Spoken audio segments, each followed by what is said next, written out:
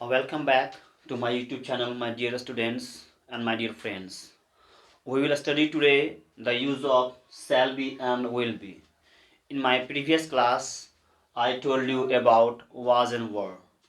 So today we will gonna study about use of shall be and use of will be. देखिए sir, मैंने आप सभी लोगों को प्रीवियस क्लास में वाज वेयर का प्रयोग पढ़ाया था। उसके पहले मैंने इज एम आर का प्रयोग पढ़ाया था। आज जो हम लोग पढ़ने जा रहे हैं वो आपका है shall be and will be. ये होता है कि आप ले जान लीजिए। देखिए, हम बताएं टाइम तीन होते हैं, एक प्रेजेंट, एक पास्ट, एक फ्यूचर।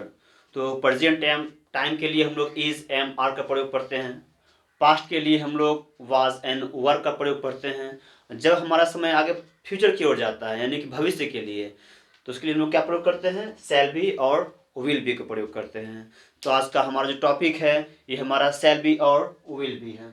देखिए होता क्या, यहाँ लिखा हुआ है रहेगा, बनेगा, होगा, यानी कि ऐसा कोई भी वाक्य लिखा गया है शैल बी विल बी का प्रयोग वैसे वाक्यों के लिए किया जाता है जिसके अंत में रहेगा, रहेगी, रहेंगे या फिर बनेगा, बनेगी, बनेंगे या फिर होगा, होगी, होंगे लगा रहे और इनके वाक्यों के स्पष्ट हो कि इनकी स्थिति हो या दशा हो भविष्य में अस्थायी रूप से बने रहेगी। जैसे में हम बोलते हैं भोजन तीखा होगा, या फिर हम बोलते हैं तापमान ठंड रहेगी, हम बोलते हैं तुम्हारा भाई गुस्सा होगा। तो अगर हम ये बोलते हैं, इससे क्या होता है कि जिस भी बारे में हम बात कर रहे हैं वो जो हमारा कंडीशन है, वो जो हमारा स्थिति है, वो फ्यूचर में समान रूप से बरकरार रहेगी। जैसे में हम बोलते हैं तुम अभी खुश होगे, तो ये क्या हो रहा है? ये फ्यूचर के बारे में बात कर रहे हैं। तापमान ठंड रहेगी, ये भी हमारा क्या आ रहा है? एक रहेगी, मतलब यह समान रूप से हमारा बरकरार रहेगा। तो ये सारी की सारी घटनाएं या फिर वाक्य जिनसे ये स्पष्ट हो कि कोई भी वाक्य हमारा भविष्य में समान रूप से क्या बने रहेगा?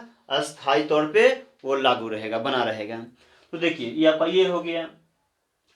और हम यही बताए हैं कि आपका जो वाक्य आ रहा शैल बी और विल बी, तो आपका दो भर आ रहा, एक हमारा शैल, एक हमारा विल। पीछे के वाक्य मैंने पढ़ा था वाज वेयर, उसके पहले इज एम आर। मैंने आपको पहले ही बताया है कि हमारे हेल्पिंग वर्ब 24 होते हैं, is am are, was were, have has had, do does did, can could, may might, should would, must, need, dare, use to and ought to. हम लोग वन बाय वन सबका पढ़ेंगे। पहले पढ़े थे इज एम आर, उसके पहले पढ़े थे वाज वेयर, आज हम लोग पढ़ रहे हैं शैल बी विल बी। तो देखिए हम लोग शैल बी और विल बी का प्रयोग कहाँ पढ़ते हैं? मैंने आपको पहले बताया था कि पर्सन हमारे तीन होते हैं, first person, second person, third person. ये आपका फर्स्ट, सेकेंड, थर्ड। और हमारा जो नंबर होता है, नंबर दो होता है, एक हमारा सिंगुलर नंबर, एक हमारा प्लूरल नंबर। जिनसे एक का बोध हो उसे हम लोग सिंगुलर नंबर, जिससे एक से ज्यादा दो का बोध हो, दो ज्यादा बोध हो, उसे प्लूरल नंबर। जिसे मैंने प्रीवियस क्लास में मैंने पहले बता दिया है। तो देखिए, तो शैल का प्रयोग हम लोग बेसिकली करते हैं किनके साथ? सिर्फ और सिर्फ फर्स्ट पर्सन के साथ। अगर कोई आपका फर्स्ट पर्सन हो, जैसे में आई या वी हो, तो हम लोग शैल बी का प्रयोग करते हैं। बाकी जो आपका सेकंड पर्सन हो, थर्ड पर्सन हो, जैसे में you, he, she, it, you, they, second person का यू सिंगुलर में भी और प्लूरल में भी यू। और थर्ड पर्सन सिंगुलर होता है, तो सिंगुलर में ही, सी, इट, किसी का नाम ले लो राम, या फिर किसी का नाम ले लो प्लूरल में राम और श्याम, सीता और गीता, या फिर दे। ये सबके साथ हम लोग क्या प्रयोग करते हैं? विल का प्रयोग करते हैं। यानी कि हमारा दो वर्ब है, एक शैल बी, एक हमारा विल बी। तो बेसिकली हम लोग फर्स्ट पर्सन के साथ आई और वी के साथ शैल बी का प्रयोग करते हैं, जबकि सेकंड पर्सन, थर्ड पर्सन या तो सिंगुलर हो या तो प्लूरल हो, उनके साथ क्या करते हैं? विल का प्रयोग करते हैं। तो ये आपका शैल बी विल बी हो गया। अब हम लोग बात करते हैं एक एक। हाँ, एक बात ये भी आप नोटिस कर सकते हो कि अगर किसी वाक्य में, इसे हम लोग करते हैं डिटर्मिनेशन, DETERMINATION। अगर किसी वाक्य में डिटर्मिनेशन हो या फिर आपका कंपल्सन हो, या फिर हिंदी में लिखा रहे जरूर या फिर अवश्य, अगर आपका हिंदी में लिखा रहे कि जरूर या फिर अवश्य, तो हम लोग क्या करते हैं? हेल्पिंग वर्ब को उल्टा कर देते हैं। जैसे हम बोलते हैं कि मेरा भाई आज खुश रहेगा, my brother will be happy. हम बोलते हैं हम लोग खिलाड़ी बनेंगे, वी शैल बी प्लेयर। लेकिन हम लोग जरूर खिलाड़ी बनेंगे, हम लोग अवश्य खिलाड़ी बनेंगे, वहाँ करेंगे जो हमारा हेल्पिंग वर्ब उसको हम चेंज कर देंगे। यानी फर्स्ट पर्सन के साथ हम लोग विल का प्रयोग करेंगे और सेकंड पर्सन और थर्ड पर्सन के साथ हम लोग क्या करेंगे? शैल का प्रयोग करेंगे। यानी कि हम उल्टा करते हैं। अगर किसी वाक्य में अवश्य या फिर जरूर रहा है, मैं इस एग्जाम्पल के द्वारा समझाता हूँ, हम लोग समझने का प्रयास करेंगे एक एक करके। देखिए, अगर मैं आपको ये लिख के दूं,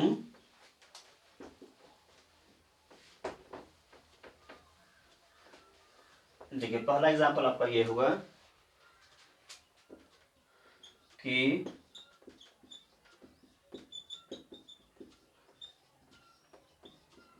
राम खिलाड़ी बनेगा। तो हम लोग क्या करेंगे, ये आपका आ रहा, और मैंने आपको पहले ही बताया था वाक्य क्या होते हैं। वाक्य आपके 4 प्रकार से बनते हैं, असर्टिव, इंट्रोगेटिव, निगेटिव और इंट्रोगेटिव निगेटिव, जो कि आपके हर प्रकार के वाक्य के साथ अप्लाई होता है। तो मान लीजिए कोई वाक्य आपका फ्यूचर का हो, जिसका क्या करते हैं, उनका अर्थ भविष्य में समान रूप से स्थायी रहेगा। हम असर्टिव बनाएंगे, राम खिलाड़ी बनेगा, Ram will be a player. अब देखिए असर्टिव है तो सब्जेक्ट शैल या विल, फिर बी, फिर हमारा कॉम्प्लीमेंट। कॉम्प्लीमेंट बेसिकली होता क्या, या तो आपका वो नाउन होगा या तो वो आपका एडजेक्टिव होगा। जैसे हम बोलते हैं मौसम ठंड रहेगी तो वेदर विल बी कोल्ड, ये कोल्ड आपका क्या आ रहा है, एडजेक्टिव आ रहा है। या फिर राम खिलाड़ी बनेगा, Ram will be a player, ये प्लेयर क्या आ रहा है आपका, नाउन आ रहा है। यानी कॉम्प्लीमेंट के रूप में हमारा या तो नाउन आएगा बेसिकली जनरली, या फिर आपका एडजेक्टिव आएगा। और कॉम्प्लीमेंट का हिंदी मैंने पहले बताया था संपूरक, जो क्या करे, वाक्य को संपूर्णता दे। तो असर्टिव रहेगा तो हम लोग ये करेंगे सब्जेक्ट शैल या will plus be plus complement. Example स्वरूप राम खिलाड़ी बनेगा तो हम लोग क्या कर देंगे, राम, अब राम के साथ हम लोग विल का प्रयोग करेंगे शैल का। मैंने बताया थर्ड पर्सन सिंगुलर क्या होता है, विल लेता है, तो Ram will be a player. अब देखिए ये हमारा असर्टिव बन रहा है, तो Ram will be a player, Ram खिलाड़ी बनेगा। अगर इसको हम इंट्रोगेटिव करते हैं तो क्या होता है, किसी भी सेंटेंस को मौजूद हेल्पिंग वर्ब को हम आगे कर दिए, अब क्या कर देंगे, इसको हम आगे उठा कर देंगे तो हो जाएगा विल राम। अब हम हेल्पिंग वर्ब आगे कर दिए तो बस हमारा इंट्रोगेटिव हो गया, will Ram be a player, क्या राम खिलाड़ी बनेगा। लेकिन अगर हम इसी सेंटेंस को नेगेटिव में कन्वर्ट करते हैं तो सब्जेक्ट शैल या will not plus be plus complement, Ram खिलाड़ी नहीं बनेगा। अगर हम इसको नेगेटिव में चेंज करेंगे तो हो जाएगा राम खिलाड़ी नहीं बनेगा, और ये हो जाएगा राम विल। और नेगेटिव हम लोग क्या करते हैं, सब्जेक्ट के बाद शैल या विल, और नॉट का जगह हमेशा क्या होता है, हेल्पिंग वर्ब के बाद होता है। तो subject Ram will not, Ram will not be a player, Ram will not be a player, Ram खिलाड़ी नहीं बनेगा। और आपका इंट्रोगेटिव निगेटिव यानी ऐसे वाक्य जिनमें क्या हो, आपका हेल्पिंग वर्ब के तौर पे क्या भी आ जाए स्टार्टिंग में और बीच में नहीं भी आ जाए, उससे हम लोग कहते हैं इंट्रोगेटिव निगेटिव, हिंदी में प्रश्नात्मक नकारात्मक।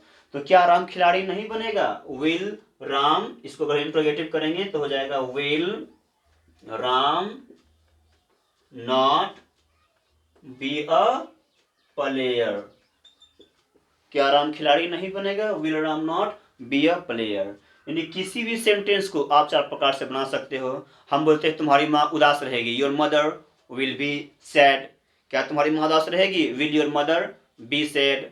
इस प्रकार आप कोई भी वाक्य लो, इसको हम आराम से इजीली 4 प्रकार से चेंज कर सकते हैं। Where we use shall, where we use will, कहाँ कहाँ पर हम लोग शैल का प्रयोग करते हैं, कहाँ कहाँ पर हम विल का प्रयोग करते हैं बता दिए हैं। Only first person takes shall, whereas second person and third person takes will.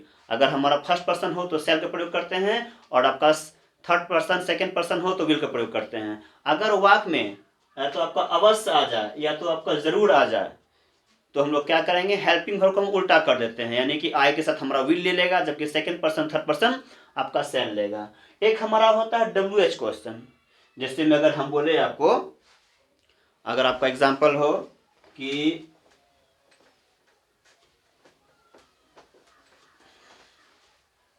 अगर आपका एग्जांपल हो वह क्यों नहीं डॉक्टर बनेगी, वह क्यों नहीं डॉक्टर बनेगी। अब अगर इसका हम इंग्लिश करेंगे तो हम क्या कर सकते हैं, पहले क्या करते हैं WH वर्ड। अगर किसी वाक्य में कोई भी हमारा WH वर्ड आ जाए तो पहले हम करते हैं WH वर्ड, तो हो जाएगा वाई। इसके बाद क्या करते हैं हेल्पिंग वर्ब। हम जानते हैं हमारा सब्जेक्ट क्या आ रहा हुआ, डॉक्टर बनेगी, मतलब कोई ना कोई हमारा फीमेल है, और फीमेल के लिए हम लोग शैल या विल सी का प्रयोग करते हैं। तो वह क्यों नहीं डॉक्टर बनेगी तो वाई, उसके बाद हेल्पिंग वर्ब शैल या विल तो विल। क्यों, क्योंकि ये हमारा थर्ड पर्सन सिंगुलर है, और थर्ड पर्सन सिंगुलर क्या लेता है आपका विल ही लेता है। तो वाई विल, इसके बाद हम लोग प्रयोग करते हैं सब्जेक्ट, वाई विल सी। सी के बाद हम लोग प्रयोग करते हैं ब्रैकेट में नॉट, मतलब अगर हिंदी में नहीं लिखा हुआ रहता है तब हम लोग नॉट का यूज करते हैं, अन्यथा उसको हम स्किप कर देते हैं। अभी लिखा हुआ नहीं, वाई विल सी नॉट। इसके बाद हमारा बी है, तो why will she not be a doctor, का डॉक्टर कर देंगे हम। यानी कि जनरली जो हम सेंटेंस 4 प्रकार से कन्वर्ट करते हैं वो तो आपका होता ही है, assertive, interrogative, negative, interrogative, negative. बाकी इसके अलावा हम लोग क्या करते हैं, किसी भी सेंटेंस को डब्ल्यूएच क्वेश्चन से हम लोग कन्वर्ट करते हैं। जैसे क्वेश्चन क्यों नहीं आसान होगा, या फिर हम बोलते हैं मौसम क्यों नहीं ठंड रहेगी, हम लोग क्यों नहीं अच्छे दोस्त रहेंगे, तो हम लोग दोस्त रहेंगे बोल रहे हैं, या फिर तुम खिलाड़ी बनोगे बोल सकते हैं, या फिर भोजन बहुत ही स्वादिष्ट होगा बोल सकते हैं। तो जब भी कोई वाक्य क्या से बोध करवाए उससे हम लोग शैल बी और विल बी के प्रयोग से हम लोग बनाते हैं। आपका सेंटेंस 4 प्रकार से बनता है। कहाँ पर हम लोग शैल बी विल बी का प्रयोग करते हैं, सेंटेंस हो गया, डब्ल्यूएच क्वेश्चन हो गया। अब इसके सहायता से आप किसी भी वाक्य को 10 लो, 1000 लो, 100 लो, आराम से बना सकते हो। मैं एग्जाम्पल आपको दे रहा हूँ। पहला, मेरा कपड़ा बहुत ही गंदा रहेगा, तो हम लोग क्या करेंगे, मेरा कपड़ा बहुत ही गंदा रहेगा, my clothes will be dirty. हम बोलते हैं मौसम बहुत ही ठंड होगी, the weather will be very cold. या फिर क्या हम लोग दोस्त रहेंगे, इंट्रोगेटिव, क्या हम लोग दोस्त रहेंगे, तो इंट्रोगेटिव में क्या करते हैं, या तो शैल या विल, हम लोग आ रहा तो क्या करेंगे, शैल बी गुड फ्रेंड्स। इसी प्रकार आप जितना ही वाक्य लोगे जिसके अंत में रहूंगा, गा, या फिर बनेगा, होगा, ये सब लगा रहेगा, उसके लिए हम लोग बेसिकली या तो शैल या तो विल का प्रयोग से बनाते हैं।